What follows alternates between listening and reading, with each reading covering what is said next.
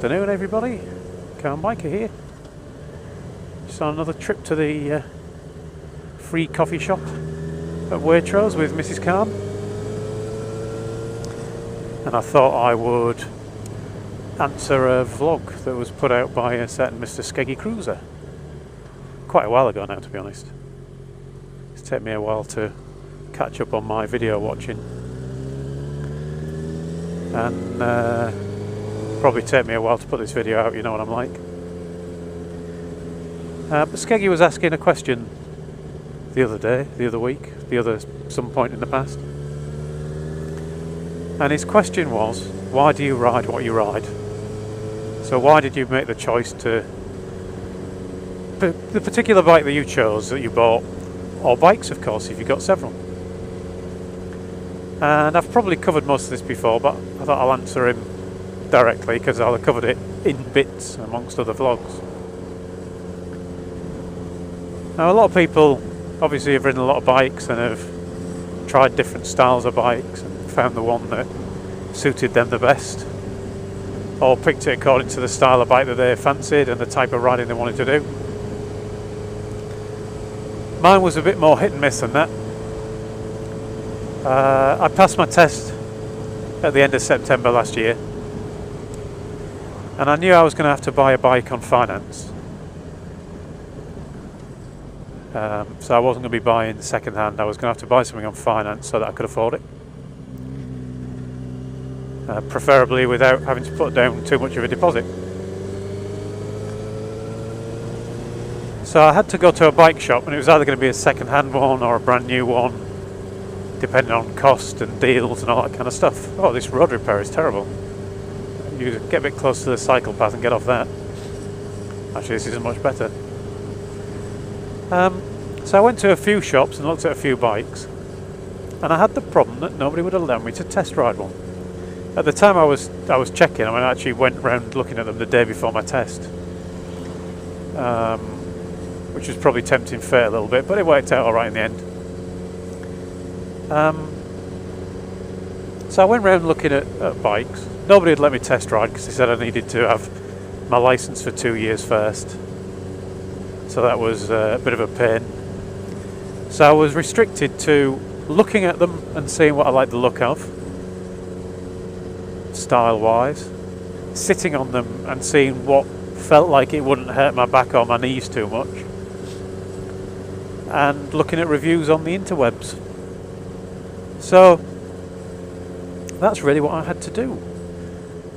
There were a few that I liked the look of. I certainly like the feel of this. I like the sit-up position because, well, I've mentioned before, I've got no cruciate ligament in one knee, so the being huddled up is quite awkward for me, and I have to be a bit wary of my back, although I am practicing my riding position to see if I can get used to something more sporty for the future.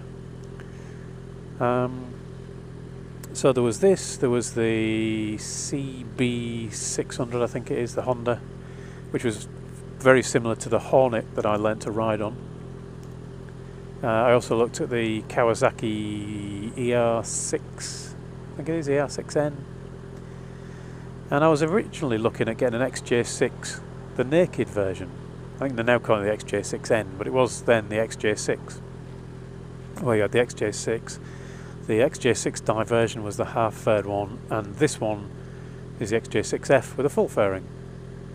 And I'd looked at getting the one with no fairings at all, the naked version. But when I saw this, I really liked the look of it. I thought it looked a lot better with the fairings on. Good use of indicator there, Mr. Hyundai. Ah, interesting. So that extra walk was too much. So I had a look at those few bikes, had a sit on them all. They all felt comfortable, they all felt good. The price of them all was relatively similar, and they all had the similar power to weight ratio. So I chose this one on the back of two things really.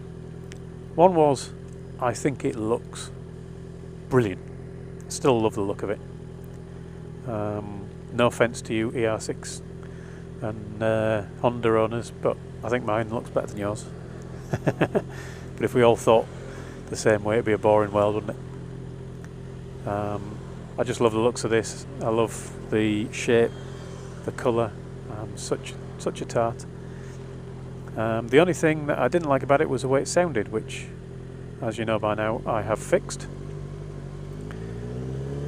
And then the second reason was that they had the best deal on at the time. So to buy it was a £99 deposit, and then it was bought over 3 years on a finance deal, because I say I needed to finance to afford it. So over 3 years on 0% finance, whereas everybody else wanted kind of 8 or 9% on the finance, so it would have racked the price up. So actually this one, by the end of it, although the list price was £600 above the naked version, it actually had a £600 discount at the time I bought it, put on by Yamaha. So that brought it down to what the naked would have cost. And of course the naked had the £600 discount as well, but that brought it down to the price point that I was looking for, and the 0%. So it all just kind of worked out well, really.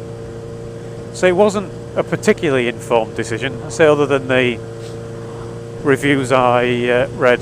I think the main one was, I think it was Elk Phaser 1 that did it, was the one that swayed me the most.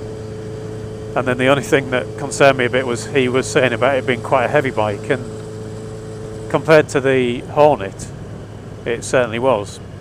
But having said that, you know, after a little bit of riding, I soon got used to it, and it's not really a problem now. What was I saying? Yeah, I've got used to it now, and it's probably stood me in good stead for if I move up a division. When I was thinking at this time, we're now in September and I'm coming up to the end of my first year's insurance. Said before, I was thinking about either getting an exhaust or a new bike, but after the dealership insulted me on the value of this bike, I decided exhaust was the way to go, and I'm going to keep this for another year at least. And then next year I'm possibly thinking about replacing it with something a bit bigger, which be more powerful and probably a little bit heavier, something like a Z1000 SX Tourer, or keeping this as a toury bike because Mrs. C likes it on the back, and getting something a little bit more exciting. You never know. Might be something exciting like a Fireblade or a S1000R or even a Booster. So that's why I ride what I ride, Skeggy. Good question. Hope you get a few more video responses too. So thanks for watching, everyone. Ride safe, and I'll talk to you all again soon.